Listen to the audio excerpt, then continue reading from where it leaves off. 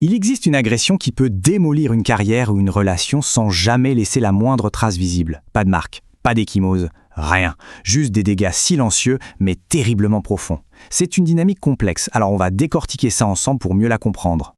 Les coups qui ne laissent pas de bleu. Cette phrase, elle est forte, hein. Elle résume tout. On parle d'une sorte de guerre feutrée, une guérilla psychologique qui se joue dans l'ombre, que ce soit à la maison ou au bureau. Bon, il y a un nom pour ça, un terme un peu technique, l'agression relationnelle. En gros, c'est l'art de faire du mal sans en avoir l'air. C'est l'arme de choix quand on veut éviter le conflit direct, mais que l'intention de nuire est bien là. C'est subtil, oui, mais alors qu'est-ce que c'est dévastateur ? Alors, première étape, on va regarder comment cette agression se manifeste là où c'est peut-être le plus douloureux, là où on s'y attend le moins, dans l'intimité de nos relations amoureuses. Et là, attention, une étude en psychologie nous montre un décalage assez fou. D'un côté, les femmes rapportent utiliser davantage ce type d'agression, et de l'autre, les hommes, eux, déclarent en être plus souvent la cible. C'est complètement contre-intuitif, non ? Ça vient bousculer pas mal de nos préjugés ? Ok, mais qu'est-ce qui nourrit tout ça ? Quel est le carburant de cette machine ? Le moteur numéro 1, c'est le stress. Plus le niveau de stress grimpe, plus l'agression relationnelle monte en flèche. Et à l'inverse, ce qui nous protège, c'est l'activité physique. C'est comme un bouclier, ça fait vraiment redescendre la pression. Bon, et dans la vraie vie, ça ressemble à quoi ? Il y a le fameux ghosting punitif. Je disparais des radars pour te punir.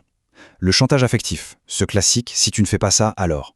Et puis bien sûr, l'arme de destruction massive, le silence. Ce silence glacial après une dispute, qui est utilisé pour imposer son pouvoir. Allez, on quitte la sphère privée pour aller voir ce qui se passe au bureau. Parce que là aussi, ces mécanismes existent. Et ils prennent forme bien particulière, assez sournoise. C'est ce qu'on appelle l'effet reine des abeilles. Alors cet effet, c'est un phénomène paradoxal. Imaginez, un milieu de travail très masculin. Et là, certaines femmes qui ont réussi, qui sont en position de pouvoir, vont en fait freiner l'ascension d'autres femmes. On appelle ça le gatekeeping. En gros, elles gardent la porte fermée, contrôlent l'accès aux opportunités ou appliquent des standards bien plus élevés à leurs collègues féminines. Mais attention, il y a un point crucial à comprendre ici. Ce comportement n'est pas la cause du problème, c'est sa conséquence. En fait, c'est une stratégie de survie, souvent inconsciente. Pour réussir dans un système, on finit par adopter ces codes, même s'ils sont toxiques.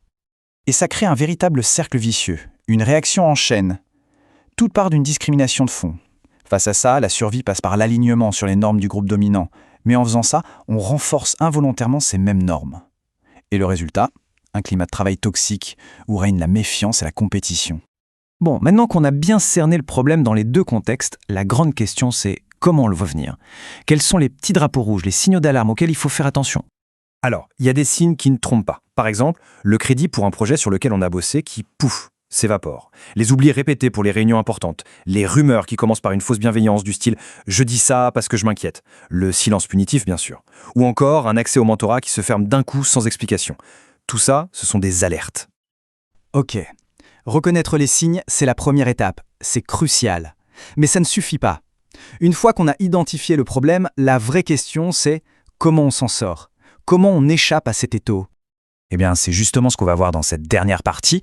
On va ouvrir la boîte à outils. Il existe des stratégies concrètes pour désamorcer cette agression, que ce soit dans la vie perso ou au travail. Côté perso, le premier truc, c'est de s'attaquer à la racine, le stress. Puisque c'est le moteur, la logique est de le calmer. Du sport, bien dormir, bref, une bonne hygiène de vie, ça aide énormément à être moins réactif. Et puis, il y a des règles de communication claires, comme celle de la réparation en 24 heures, et le fait de formaliser les décisions. Ça peut tout changer. Alors cette règle de la réparation en 24 heures, c'est quoi ? C'est tout bête, mais c'est hyper puissant. Étape 1. Il y a un problème, un silence qui s'installe, on n'attend pas. On a 24 heures pour nommer les choses.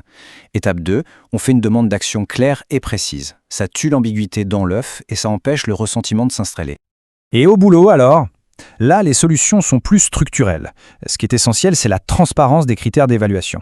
Il faut aussi mettre en place des systèmes pour tracer qui a contribué à quoi.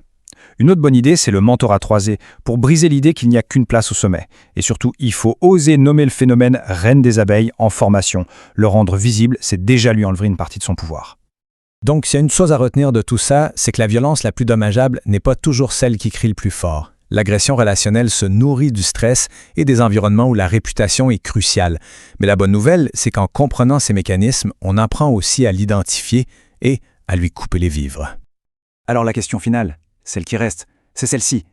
Maintenant qu'on a rendu visible ce qui était invisible, maintenant qu'on peut nommer ces coups qui ne laissent pas de bleu, quel genre de relation et d'environnement de travail allons-nous choisir de bâtir ? La réponse, elle est entre nos mains.